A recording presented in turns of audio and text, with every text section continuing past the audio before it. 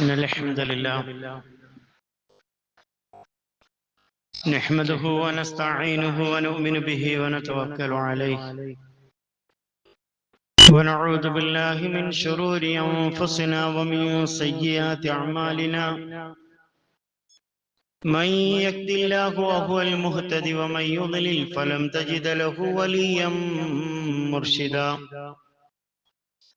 اللهم صل على محمد وعلى آل محمد كما صليت على إبراهيم وعلى آل إبراهيم اللهم بارك على محمد وعلى آل محمد كما باركت على إبراهيم وعلى آل إبراهيم إنك حميد مجيد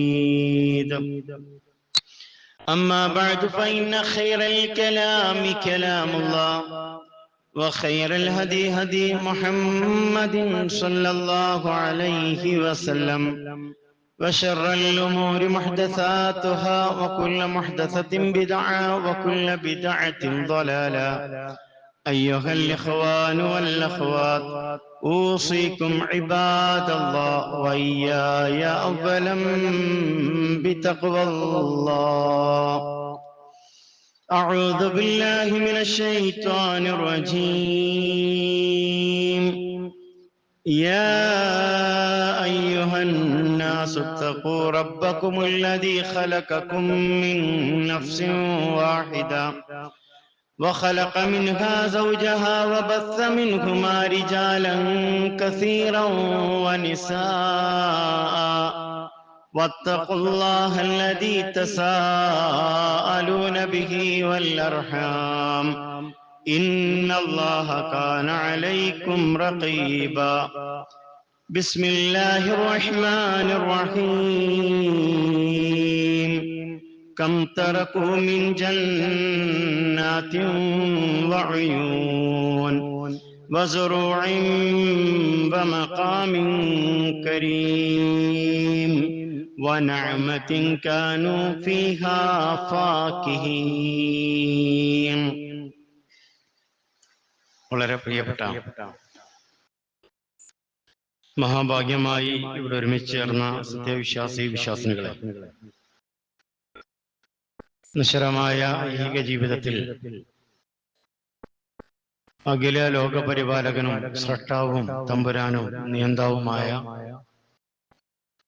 അള്ളാഹുവിന്റെ നിയമ നിർദ്ദേശങ്ങൾ ജീവിതത്തിന്റെ എല്ലാ മേഖലകളിലും പാലിച്ച് നല്ല വിശ്വാസികളായി മുവഹിദുകളായി ജീവിതത്തെ ക്രമപ്പെടുത്തേണമേ എന്ന് ആദ്യം എന്നെയും തുടർന്ന് നിങ്ങളെയും ഓർമ്മപ്പെടുത്തുന്നു, ബോധിപ്പിക്കുന്നു, വസിയത്ത് ചെയ്യുന്നു. അള്ളാഹുവിന്റെ ഇഷ്ടദാസന്മാരായി ജീവിക്കുവാനും അവനെ തൃപ്തിപ്പെട്ടുകൊണ്ട് ദുനിയാവിന്റെ ജീവിതത്തെ ക്രമപ്പെടുത്തുവാനും ഭാഗ്യം ലഭിക്കുന്ന മഹാഭാഗ്യവാന്മാരുടെ കൂട്ടത്തിൽ കാരുണ്യവാനായ നാഥൻ നമ്മെല്ലാവരെയും ഉൾപ്പെടുത്തി അനുഗ്രഹിക്കുമാറാകട്ടെ. സഹോദരങ്ങളെ, ആമുഖമായി ഓതിവെച്ച വിശുദ്ധ ഖുർആൻ സൂറ ദുഖാനിന്റെ 25, 26, 27 ആയത്തുകൾ. പ്രസ്തുത വചനത്തിലൂടെ കാരുണ്യവാനായ നാഥൻ ഒരു സമൂഹത്തിന്റെ ചരിത്രം നമുക്ക് ബോധ്യപ്പെടുത്തി തരികയാണ്. മൂസാ നബി അലൈഹി സ്വലാത്തു വസ്സലാമയുടെ കാലഘട്ടത്തിൽ ജീവിച്ച മൂസാ നബിയോട്, അല്ലെങ്കിൽ തന്റെ കീഴിലുള്ള ആളുകളോട് ഞാനാണ് റബ്ബെന്ന് പറഞ്ഞ ഫിർഔനിനെയും അതുപോലെ തന്നെ ഹാമാനെയും ഒക്കെ സമ്മതിച്ചുകൊണ്ടുള്ള പ്രസ്താവനകൾ നടത്തി. അതിനിടയിൽ അവർ വിട്ടേച്ചു പോയ സുഖ സൗകര്യങ്ങളെ കുറിച്ച് ഓർമ്മപ്പെടുത്തുകയാണ് പ്രസ്തുത ആയത്തുകളിലൂടെ കാരുണ്യവാനായ നാഥൻ. സമയം എന്ന് പറയുന്നത് വലിയ അനുഗ്രഹമാണ്. നമ്മൾ ജീവിച്ച ഈ കാലഘട്ടം അല്ലെങ്കിൽ ഈ സമയം, അതിലാണ് നമ്മുടെ പഠനങ്ങളൊക്കെ നമ്മൾ പൂർത്തീകരിച്ചിട്ടുള്ളത്. അതേപോലെ തന്നെ ആ പഠനത്തിന് അവസാനം നമ്മൾ എത്തപ്പെടേണ്ട ജോലികളിലും നമ്മൾ എത്തപ്പെട്ടിട്ടുണ്ട്. അതേപോലെ തന്നെ നമ്മൾ ഇന്ന് നേടിയെടുത്ത സൗകര്യങ്ങളെല്ലാം നമ്മൾ ഉണ്ടാക്കിയത് നമുക്ക് നൽകപ്പെട്ടിട്ടുള്ള ദുനിയാവിന്റെ ജീവിതത്തിലെ ഏറ്റവും നിസ്സാരമായ ചില സമയങ്ങളിലാണ്. ആ ദുനിയാവിന്റെ സുഖങ്ങളിലും താല്പര്യങ്ങളിലും അതിന്റെ അനുഗ്രഹങ്ങളിലും നമ്മൾ ഇങ്ങനെ പോയിക്കൊണ്ടിരിക്കുമ്പോൾ ഇടയ്ക്ക് വെച്ചാണ് ഇഹലോകം എന്ന ജീവിതത്തിന്റെ തിരശീലയായി നമ്മളൊന്നും ഇഷ്ടപ്പെടാതെ നമ്മളിലേക്ക് അതിഥിയായി കടന്നു വരുന്ന മരണം അത് കടന്നു വരുന്നത് എന്നത് ഈ കഴിഞ്ഞ ആഴ്ചകളിൽ നമ്മൾ കേട്ട കുറെ മരണവാർത്തകൾ നമ്മെ ഇരുത്തി ചിന്തിപ്പിക്കേണ്ടതുണ്ട് എന്നാണ്. 10 ദിവസമായി തെരച്ചിൽ നടത്തിക്കൊണ്ടിരിക്കുന്നത് തന്റെ ഉപജീവനത്തിന് വേണ്ടി തന്റെ നാട്ടിൽ നിന്ന് വസ്തുക്കളുമായി യാത്ര തിരിച്ചിട്ടുള്ള ഒരു ലോറി ഡ്രൈവർക്ക് വേണ്ടിയാണ്. 10 ദിവസമായി പോകുമ്പോ തിരിച്ചു വരാം എന്ന് പറഞ്ഞുകൊണ്ടായിരിക്കണം അദ്ദേഹം കൂട്ടുകാരോട് യാത്ര പറഞ്ഞത്, വീട്ടുകാരോട് യാത്ര പറഞ്ഞത്. അപ്പൊ ഇങ്ങനെയുള്ള നമ്മുടെ ജീവിതയാത്രയിൽ എപ്പോഴെന്നറിയാതെ നമ്മളിലേക്ക് തേടി വരുന്ന അല്ലെങ്കിൽ നമ്മൾ തേടിപ്പോകുന്ന ഒരു അനിവാര്യതയാണ്, ജീവിതത്തിന്റെ അനിവാര്യതയാണ് മരണം എന്ന് പറയുന്നത്. ഇന്ന് എല്ലാ രംഗത്തും വളരെ വലിയ മുന്നേറ്റം മനുഷ്യന് അള്ളാഹു നൽകിയിട്ടുള്ള വിശേഷ ബുദ്ധി കൊണ്ട് നേടിയെടുക്കാൻ കഴിഞ്ഞിട്ടുണ്ട്. വിദ്യാഭ്യാസ മേഖലയിൽ അനുസ്യൂതമായ നിരന്തരമായ മുന്നേറ്റങ്ങൾ, പഠന മേഖലയിലുള്ള, അതേപോലെ തന്നെ വിവര സാങ്കേതിക വിദ്യയിൽ പണ്ട് കാലങ്ങളിലുള്ള ഓപ്പറേഷൻ രീതിയല്ല ഇന്ന് ഉപയോഗിക്കുന്നത്. ചെറിയ ഒരു ഹോൾ ഇട്ടുകൊണ്ട് ശരീരത്തിന്റെ ഏത് ഭാഗത്തും ഓപ്പറേഷൻ നടത്തുന്ന സിസ്റ്റം നമ്മളിലേക്ക് എത്തിയിട്ടുണ്ട്. പണ്ട് കാലങ്ങളിൽ ചെറിയൊരു ഓപ്പറേഷൻ വേണമെങ്കിൽ അത് എവിടെയാണോ അവിടെ മുറിപ്പെടുത്തി ചെയ്യേണ്ടുന്ന ഓപ്പറേഷനുകൾ, അതുപോലെ തന്നെ അത്തരത്തിലുള്ള പല കാര്യങ്ങളും വളരെ വലിയ മുന്നേറ്റം ആ ഒരു രംഗത്ത് നമുക്ക് കാണാൻ കഴിയും എന്നാണ്. ചികിത്സയുടെ രംഗത്ത് അമേരിക്കയിൽ ഇരുന്നു കൊണ്ട് ഒരു ഡോക്ടർക്ക് തിരൂരിലുള്ള ഒരു രോഗിയെ ഓപ്പറേഷൻ ചെയ്യുവാനോ അല്ലെങ്കിൽ അതിന്റെ കാര്യങ്ങളെ നിയന്ത്രിക്കുവാനോ കഴിയുന്ന സാഹചര്യങ്ങൾ മനുഷ്യൻ എന്ന സാങ്കേതിക തികവിന്റെ മേഖലയിൽ ചികിത്സയിൽ പോലും നേടിയെടുത്തിട്ടുണ്ട് എന്നതാണ്. തൊഴിലിന്റെ രംഗത്തും അങ്ങനെ തന്നെയാണ്. പുരോഗതിയുണ്ട്, മുന്നേറ്റമുണ്ട്. ഒരു മൊബൈൽ ഫോൺ ഉണ്ടെങ്കിൽ എത്ര വലിയ ബിസിനസ് സാമ്രാജ്യങ്ങളെയും നമുക്ക് വീട്ടിലിരുന്നു കൊണ്ട് നിയന്ത്രിക്കാൻ കഴിയുന്ന സാങ്കേതിക വിദ്യ നമ്മുടെ മുമ്പിലുണ്ട് എന്നതാണ്. ഇങ്ങനെയൊക്കെ ഉണ്ടായിട്ടും മനുഷ്യന് പലപ്പോഴും അവൻ ഭ്രമിച്ചു പോകുന്ന അല്ലെങ്കിൽ അവൻ അന്തം വിട്ട് നിൽക്കുന്ന ഒരു രംഗം എന്ന് പറയുന്നത് അത് മരണത്തിന്റെ മുന്നിൽ മാത്രമാണ്. ജീവൻ എന്നത് എന്താണ് എന്ന് ഈ സാങ്കേതിക വിദ്യയുടെ മുന്നേറ്റത്തിന്റെ കാലത്തും മനുഷ്യന് മനസ്സിലാക്കാൻ കഴിയാത്ത ഒന്നായിക്കൊണ്ട് ഇപ്പോഴും റൂഹിനെ നിർവചിക്കാൻ അല്ലെങ്കിൽ ആത്മാവിനെ നിർവചിക്കുവാൻ, ജീവനെ നിർവചിക്കുവാൻ മനുഷ്യന് സാധ്യമാകുന്നില്ല. 1400 വർഷങ്ങൾക്ക് മുമ്പ് വിശുദ്ധ ഖുർആൻ പ്രവാചകൻ സല്ലല്ലാഹു അലൈഹി വസല്ലമയോട് അന്നാട്ടിലെ ആളുകൾ ചോദിച്ച ഒരു ചോദ്യം, ആ ചോദ്യത്തിന്റെ ഉത്തരം ഖുർആൻ നമുക്ക് പരിചയപ്പെടുത്തി തരുന്നുണ്ട്. യസ്അലൂനക, പ്രവാചകൻ അവർ തങ്ങളോട് ചോദിക്കുന്നുണ്ട്. എന്തിനെ സംബന്ധിച്ചാണ് ചോദിക്കുന്നത്? അനി റൂഹിനെ സംബന്ധിച്ചാണ്, ജീവനെ സംബന്ധിച്ചാണ്, ആത്മാവിനെ സംബന്ധിച്ചാണ്. ആ ആത്മാവ് നഷ്ടപ്പെട്ടു പോകുമ്പോഴാണ് ഒരാൾ മരണപ്പെടുന്നത്. മരണം എന്ന് പറയുന്നത് ഒരവസ്ഥയാണ്, ജീവനില്ലാത്ത ഒരു അവസ്ഥയാണ്. ജീവൻ എന്തെന്ന് പറയാൻ കഴിയാത്ത ഈ ആധുനിക ടെക്നോളജിയുടെ കാലത്തും ജീവൻ എന്തെന്ന് പറയാൻ കഴിയാത്തൊരവസ്ഥ. അവിടെ അള്ളാഹു അവരോട് പറയാൻ പ്രവാചകൻ സല്ലല്ലാഹു അലൈഹി വസല്ലമയോട് പറയുന്ന ഒരു കാര്യം, ഖുലി റൂഹു മിൻ അംരി റബ്ബി, പറയുക പ്രവാചകരെ, റൂഹ് എന്ന് പറഞ്ഞത്, ആത്മാവെന്ന് പറഞ്ഞത്, ജീവൻ എന്ന് പറഞ്ഞത് മിൻ അംരി റബ്ബി, ദുനിയാവുമായി ബന്ധപ്പെട്ടല്ല, അതെന്റെ റബ്ബിന്റെ കാര്യങ്ങളുമായി ബന്ധപ്പെട്ടുകൊണ്ടാണ്. എന്നിട്ടോ സൂറ ഇസ്രാഇന്റെ 85-ാമത്തെ ആയത്ത് അവസാനിപ്പിക്കുന്നത് ഇങ്ങനെയാണ്: വമാ ഊതീതും മിനൽ ഇൽമി ഇല്ലാ ഖലീലാ.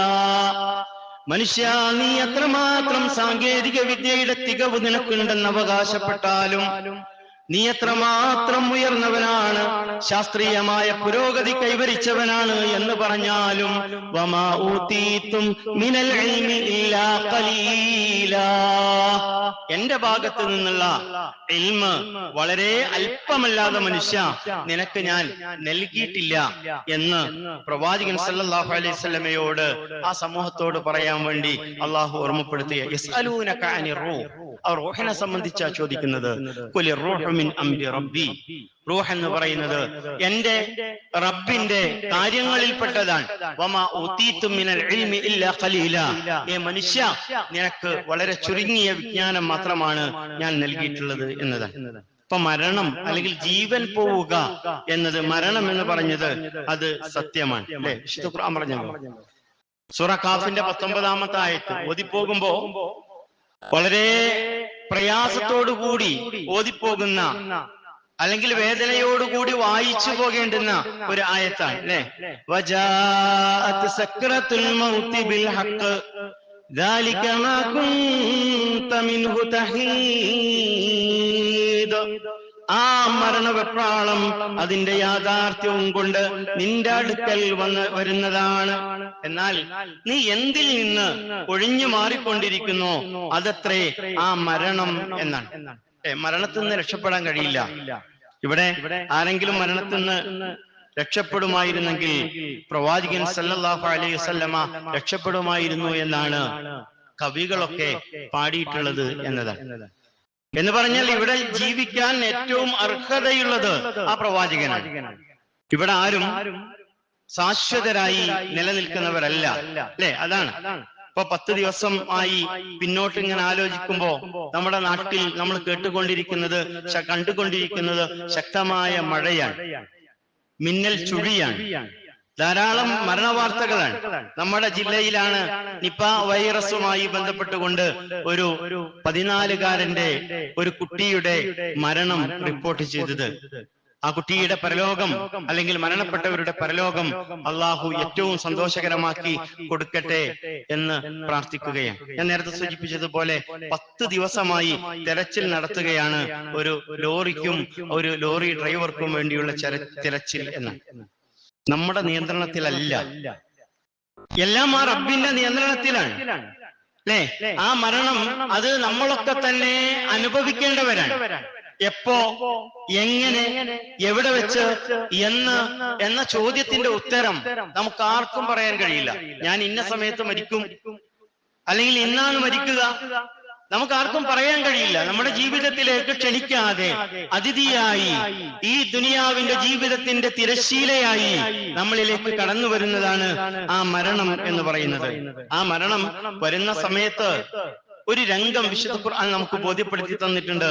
അത് ആരുടേതാണെന്നോ, ഇങ്ങനെ മരണപ്പെട്ടു പോകണം എന്ന് അറിവുണ്ടായിട്ടും അത് കൃത്യമായി വിശ്വസിക്കാതെ ദുനിയാവിന്റെ ജീവിതത്തെ ആസ്വദിച്ച് അതിന്റെ സൗകര്യങ്ങളും അതിന്റെ സന്തോഷങ്ങളും അതിന്റെ സമ്പാദ്യങ്ങളും മാത്രം അത് ജീവിതത്തിൽ ലാക്കാക്കി ജീവിക്കുന്ന, മുന്നിൽ കണ്ടുകൊണ്ട് ജീവിക്കുന്ന ഒരു മനുഷ്യന്റെ ആ മരണരംഗം അത് വിശുദ്ധ ഖുർആൻ നമുക്ക് ബോധ്യപ്പെടുത്തി തന്നിട്ടുണ്ട്. ഖുർആൻ പറഞ്ഞെന്താ? റബ്ബി ലൗലാ അഖർതനി ഇലാ അജലിൻ ഖരീബ് ഫഅസ്സദ്ദഖ വഅകും മിനസ് സാലിഹീൻ. എല്ലാ വെള്ളിയാഴ്ചയും നമ്മൾ കേൾക്കുന്ന ജുമയുടെ നമസ്കാരത്തിൽ നമ്മൾ കേൾക്കുന്ന ഒരു ആയത്താണ്.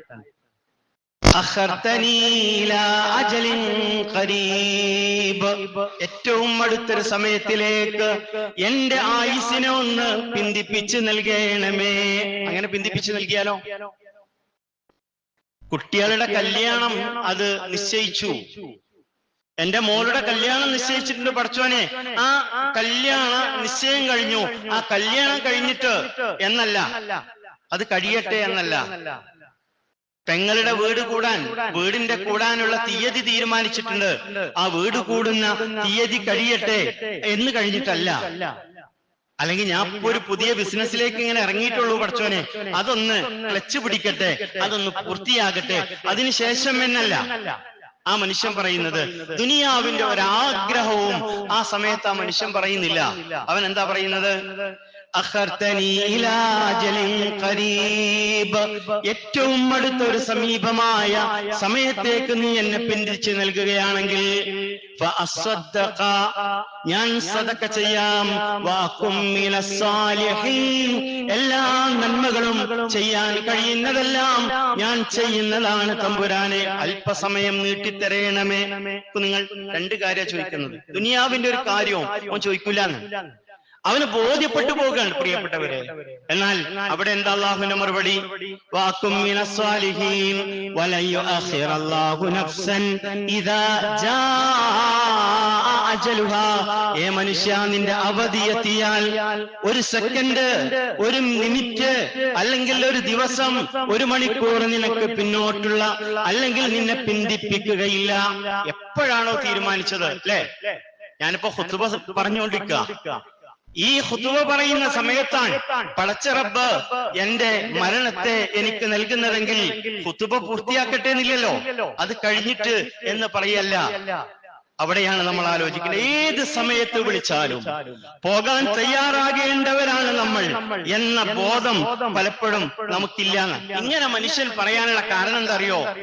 അവൻ കാര്യമായി ജീവിതത്തിൽ, പാരത്രികമായ ജീവിതത്തിനു വേണ്ടി യാതൊന്നും ചെയ്തിട്ടില്ല എന്നതാണ്. തിരിഞ്ഞു നോക്കുമ്പോ, പിന്നിലേക്ക് തിരിഞ്ഞു നോക്കുമ്പോ നോക്കിങ്ങള്, ഇന്നാണ് പടച്ച റബ്ബ് എന്നെയും നിങ്ങളെയും ഒക്കെ ദുനിയാവിന്റെ ജീവിതത്തിൽ അവസാനത്തെ ദിവസമായി തീരുമാനിക്കുന്നതെങ്കിൽ പിന്നിലേക്ക് തിരിഞ്ഞു നോക്കുമ്പോ ശൂന്യതയാണ്. കുറെ വയസ്സ് കഴിഞ്ഞു പോയിട്ടുണ്ട്, 10-46 വയസ്സ് കഴിഞ്ഞു പോയിട്ടുണ്ട് എന്നെ സംബന്ധിച്ചിടത്തോളം. പിന്നിലേക്ക് തിരിഞ്ഞു നോക്കുമ്പോഴോ വളരെ കുറഞ്ഞ പ്രവർത്തനങ്ങളാണ് എന്നതാണ് അല്ലെ. മരണസമയം ഒരു സമാധാനവും ആ മനുഷ്യനുണ്ടാവുകയില്ല എന്നാണ് വിശുദ്ധ ഖുർആൻ നമുക്ക് ബോധ്യപ്പെടുത്തി തരുന്നത് എന്നതാണ് അല്ലെ. ലോകം മുഴുവൻ വെട്ടിപ്പിടിച്ചാൽ മനുഷ്യന് സമാധാനം ഉണ്ടാവുമോ? ഉണ്ടാകുമായിരുന്നെങ്കിൽ ഏറ്റവും നല്ല സമാധാനം ഉണ്ടാകേണ്ട മനുഷ്യൻ ഹിറ്റ്ലർ എന്ന് പറയുന്ന മനുഷ്യനാകുമായിരുന്നു. കാരണം എന്ത് ചെയ്യും? ലോകത്തെ വിറപ്പിച്ച ഒരു മനുഷ്യനാണ്. അവസാനം റഷ്യൻ പട അവിടെ കയറി നിരങ്ങുകയാണ്. അദ്ദേഹം ബങ്കറിലാണ്. ആ ബങ്കറിൽ കയറി ഒളിക്കുമ്പോ അവിടെ അദ്ദേഹത്തിന് സൈന്യം കാവലുണ്ട്. എന്നാലും ആ സൈന്യത്തോട് അദ്ദേഹം ആവശ്യപ്പെടുന്നത് സയനൈഡ് ഗുളികയാണ് ആവശ്യപ്പെടുന്നത്. സയനൈഡ് ഗുളിക കൊടുക്കുമ്പോഴും അതിലും അദ്ദേഹത്തിന് സംശയം തോന്നാം, അത് ഡ്യൂപ്ലിക്കേറ്റ് ആണോ എന്ന് പരിശോധിക്കാൻ തന്റെ വളർത്തുനായക്ക് നൽകി. ആ വളർത്തുനായ തന്റെ മുമ്പിൽ പിടഞ്ഞു വീഴുന്നത് അദ്ദേഹം കാണുന്ന ഒരു രംഗം. അവസാനം അദ്ദേഹം തന്റെ കയ്യിലുള്ള തോക്കുകൊണ്ട് തന്റെ തലക്ക് വെടിവെച്ചുകൊണ്ടാണ് അദ്ദേഹം മരണമടയുന്നത്. ലോകം വെട്ടിപ്പിടിച്ച മനുഷ്യൻ അല്ലെ. അതാ വിശുദ്ധ ഖുർആൻ ഫിർഔനിന്റെ ചരിത്രം ഓർമ്മപ്പെടുത്തുന്നത്. അതൊരു മരണരംഗമാണ്. എന്നാൽ നോക്കൂ നിങ്ങൾ, പരിശുദ്ധ ഇസ്ലാം മുന്നോട്ട് വെക്കുന്ന ജീവിതക്രമം സ്വീകരിച്ചുകൊണ്ട് ജീവിച്ച ആളുകൾ, ആ സഹാബത്തിന്റെ അവരുടെ മരണരംഗമൊക്കെ ഹദീസുകളിൽ നമുക്ക് വായിച്ചെടുക്കാൻ കഴിയും. മഹാനായ ബിലാൽ ഇബ്നു റബാഹ റളിയല്ലാഹു അൻഹുവിന്റെ ചരിത്രമുണ്ട്. തീക്ഷ്ണമായ അദ്ദേഹത്തിന്റെ ജീവിതത്തിൽ അദ്ദേഹത്തിന്റെ അവസാന രംഗം, ഭാര്യ അതാ സങ്കടപ്പെട്ടുകൊണ്ട് ഇരിക്കുന്ന സമയത്ത് അവരോട് ചോദിക്കുന്നത്, നീ എന്തിനാ സങ്കടപ്പെടുന്നത്? غدا نلقى الأحبة محمد صلى الله عليه وسلم وصحبته എന്ന് അദ്ദേഹം പറയുന്ന രംഗത്തെ നമുക്ക് കാണാൻ കഴിയും. എന്താണ് അദ്ദേഹം പറയുന്നത്? എന്തിനാണ് ഞാൻ ഇവിടെ നിന്ന് മരണപ്പെട്ടു പോയാൽ എനിക്ക് ലഭ്യമാകുന്നത് എന്റെ പ്രിയപ്പെട്ട ആ പ്രവാചകന്റെ സൗഹൃദമാണ്, അല്ലെങ്കിൽ സാമീപ്യമാണ്. അതുകൊണ്ട് ദുനിയാവിന്റെ ജീവിതത്തെക്കാൾ ഞാൻ ഇഷ്ടപ്പെടുന്നത് മരണമാകുന്നു എന്ന് മരണരംഗത്ത് പോലും തന്റെ പ്രിയപ്പെട്ടവളെ ഓർമ്മപ്പെടുത്തുന്ന വളരെ സന്തോഷത്തോടെ സമാധാനമടഞ്ഞ, സംതൃപ്തി അടഞ്ഞ ആത്മാവേ എന്ന് പറഞ്ഞുകൊണ്ട് വിളിക്കപ്പെടുന്ന ആ മരണരംഗം അത് ഇസ്ലാമിക ചരിത്രത്തിൽ നമുക്ക് വായിച്ചെടുക്കാൻ കഴിയും എന്നതാണ്. ഖുബൈബ് റളിയല്ലാഹു അൻഹുവിന്റെ ചരിത്രമുണ്ട്. പല ആവൃത്തി നമ്മൾ കേട്ടിട്ടുള്ള ഒരു ചരിത്രമാണ്.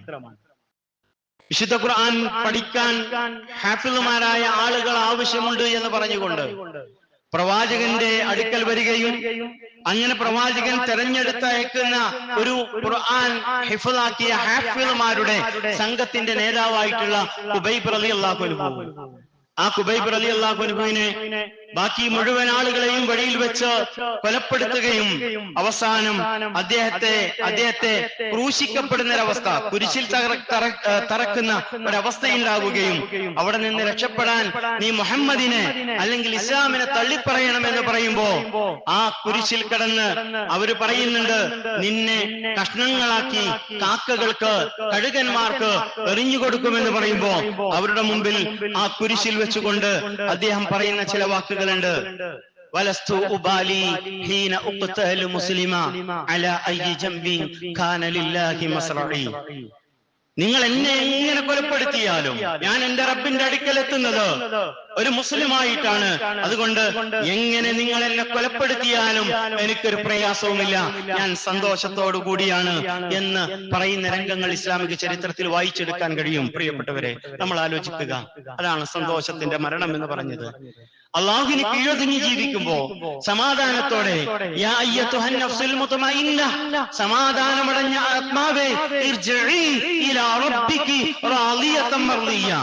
നീ നിന്റെ റബ്ബിങ്കലേക്ക് മടങ്ങുക, തൃപ്തിപ്പെട്ടവനായും തൃപ്തിപ്പെടപ്പെട്ടവനായും നീ നിന്റെ റബ്ബിങ്കലേക്ക് മടങ്ങണം എന്ന് ആ മാലാഖമാർ സന്തോഷത്തോടു കൂടി വിളിച്ചു കൊണ്ടുപോകുന്ന ഒരു മരണരംഗം അത് നമ്മുടെ മുമ്പിൽ കാണാൻ കഴിയണം. ഇല്ലെങ്കിലോ പ്രയാസകരമാണ്. എന്നൊക്കെ ഖുർആൻ പറഞ്ഞതുപോലെ മുതുകുകളിലും മുഖങ്ങളിലുമൊക്കെ അവരെ പ്രയാസപ്പെടുത്തി അടിച്ച് പ്രയാസപ്പെടുത്തിക്കൊണ്ട് അല്ലെ ആ മരണത്തിന്റെ സൗന്ദര്യം രണ്ട് രൂപത്തിൽ വിശുദ്ധ ഖുർആൻ നമുക്ക് ബോധ്യപ്പെടുത്തി തരുന്നുണ്ട്.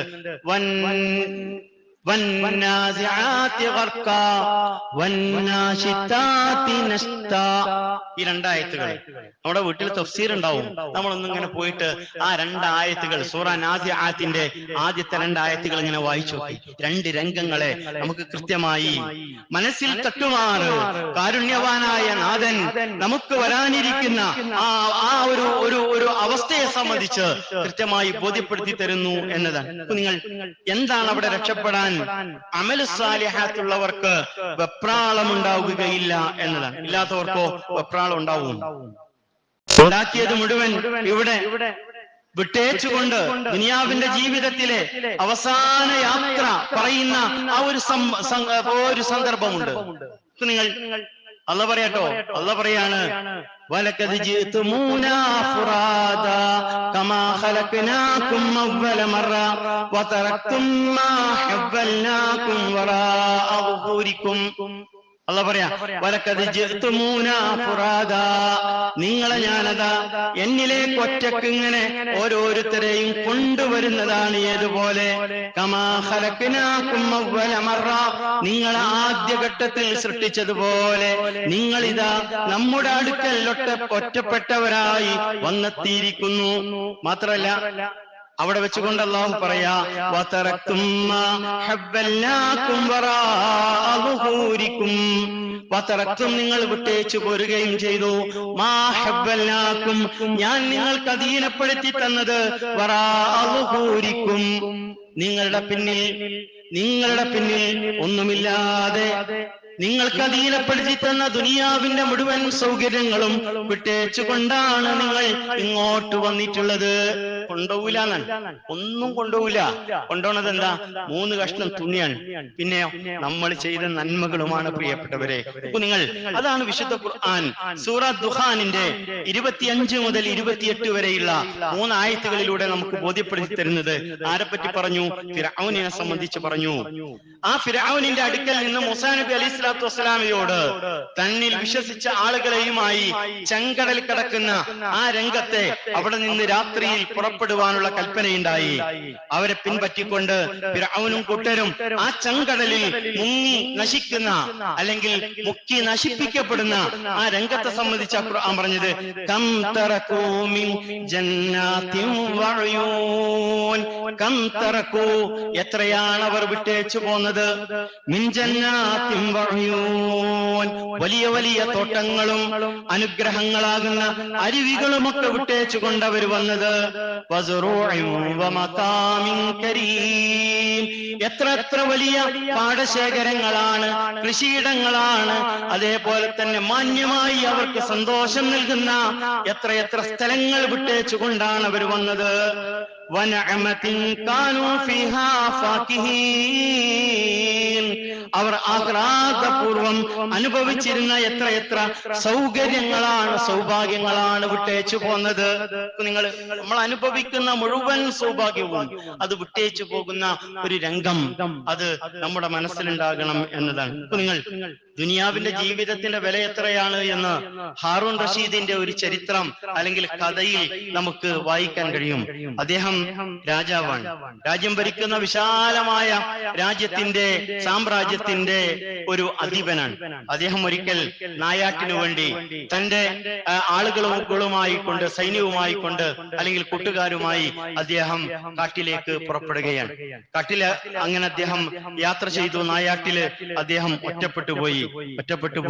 അദ്ദേഹത്തിന് ശക്തമായ ദാഹം തുടങ്ങി. അദ്ദേഹം വെള്ളം അന്വേഷിക്കുകയാണ്.